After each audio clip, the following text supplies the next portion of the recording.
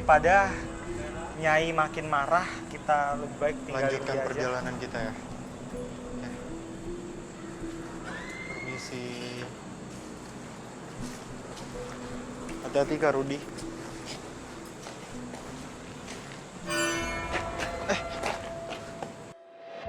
Ada apa Kak Rudi?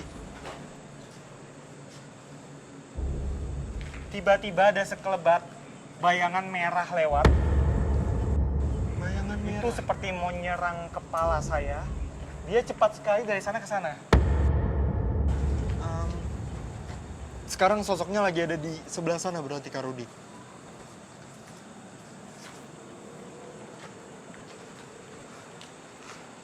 Hati-hati Kak Rudi, hati-hati.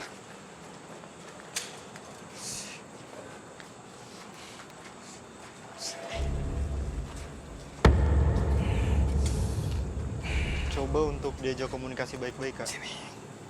Oke teman-teman, jadi Kak Rudi sedang berkomunikasi dengan salah satu sosok lagi yang tadi katanya mencoba untuk menyerang Kak Rudi. Tadi Kak Rudi. Siapa kamu? Hah? Di depan saya persis ada seorang perempuan, dia melayang. Dia pakai baju serba merah. Perlahan tapi pasti satu persatu sosok penunggu apartemen mangkrak ini baik yang mengganggu masyarakat hingga penunggu lama yang telah mendiami wilayah apartemen sebelum dibangun telah terungkap. Seperti apakah perjalanan penelusuran kami pencarian makhluk astral terkuat yang mendominasi area apartemen mangkrak ini masih berlanjut. Kini Rudi merasakan ada sosok lain yang seperti ingin mencoba menyerangnya. Tak berlangsung lama Rudi merasakan ada sosok lain yang mencoba berkomunikasi lagi dengannya. Akankah Fasya dan Rudi berhasil mendapatkan informasi dari penunggu apartemen mangkrak ini? Kalau saya pernah sekali sosok perempuan ya, di bawah suara cewek lalu layang yang pakai baju merah. Di lehernya sini ada goresan merah seperti luka segaris. Siapa kamu? Kenapa kamu nyerang saya? Ha? Dia pengganggu. Jadi dia memang suka mengganggu ini, Fas. Sejak kapan sosok itu ada di tempat ini Kak Rudi?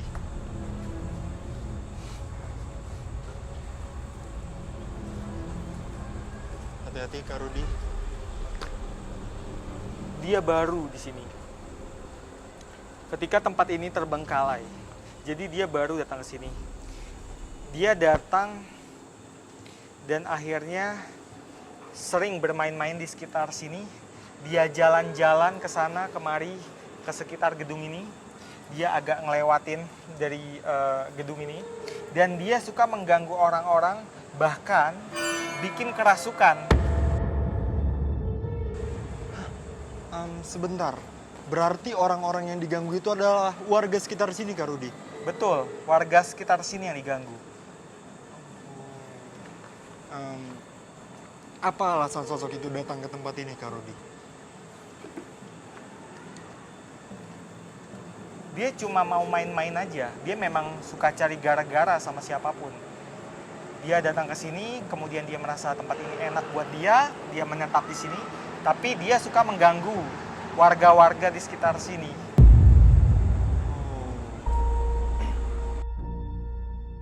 Oke Kak Rudi, boleh tolong untuk usir gak sosok ini? Karena memang kan mengganggu warga sekitar ya? Kamu jangan ganggu orang-orang.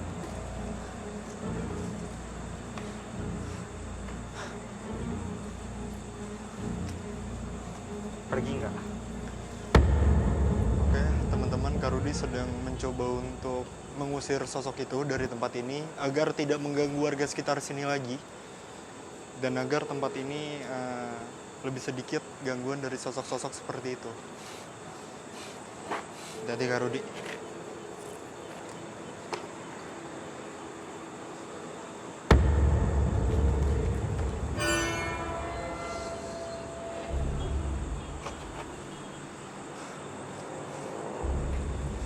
Dia hilang, Fas. Oh, dia sudah pergi. Oke, kita bisa lanjutkan penelusuran kita, Kak Rudi. Oke, mari kita lanjutkan penelusuran kita, Kak Rudi.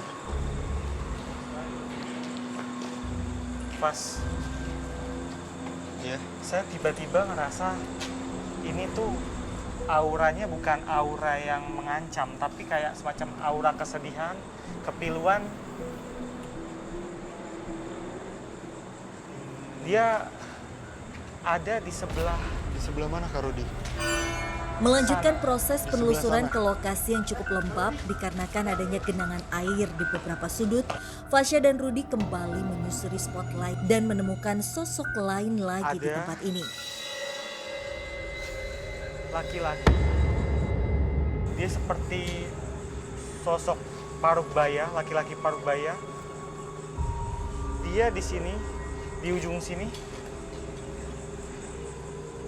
Di sini ya? di sini. Dia membelakangi kita dengan gestur seperti orang yang mau loncat. Dia menatap ke bawah. Wajahnya itu pucat dan sayu. Ini seperti ada kesedihan mendalam.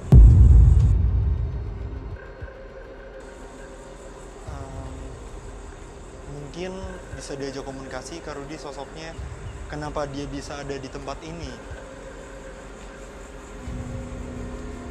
Hati-hati, Kak Rudi. Duh, Kak Rudi, hati-hati. salam. Assalamualaikum. Oke, teman-teman.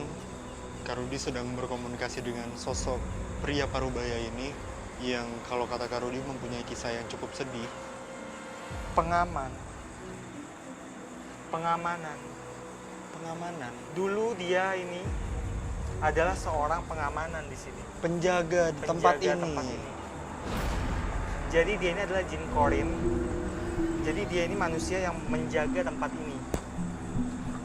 Oke, baik. Ada apa? Kenapa kok kamu murung? Kenapa kok kamu sedih? Pada suatu hari, dia sedang mengumpulkan potongan besi di sekitar sini. Oke. Dia bawa tumpukan besi, dia gendong dari sekitaran gedung ini. Dia kemudian berjalan ke pinggir dan tiba-tiba ada sesuatu yang mengejutkan dia, ada sesuatu yang mengerikan yang muncul tiba-tiba dan membuat dia itu hilang konsentrasi seperti linglung dan dia akhirnya kepleset. Jadi si sosok laki-laki ini itu adalah sosok yang sempat ceritanya itu aku dengar oleh warga sekitar yang mempunyai, bisa dibilang tuh kisah tragis di tempat ini, yang dimana si sosok ini tuh terpeleset dari lantai atas dan akhirnya meninggal di tempat ini. Besar, kuat, sesuatu yang besar kuat, tapi dia nggak berani menyebutkannya. Sosoknya itu sendiri dia tidak berani menyebutkannya ya, hanya ciri-cirinya saja. Besar dan kuat. Oh. Dan ada cerita lain juga yang simpang siur tentang dia, Pas. Jadi beberapa orang menuduh dia itu menyebutkan bahwa dia ini adalah pencuri. Dia pencuri karena dia tergesa-gesa, dia ketakutan, akhirnya dia kepleset dan jatuh. Dia benar-benar merasa kayak yang nggak nyaman dengan semua. Berita simpang siur itu Betul. ya, Kak Rudi. Ya. Dia pingin banget, Pas, ngasih tahu keluarganya. Oke. Ini kasihan banget Oke, sih. tapi Kak Rudi mungkin boleh ditanya ke sosok ini, kenapa dia masih ada di bangunan ini?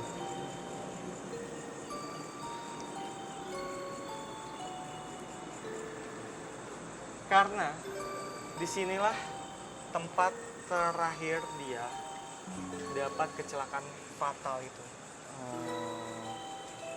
Dan akhirnya sosok ini memutuskan untuk tetap di tempat ini.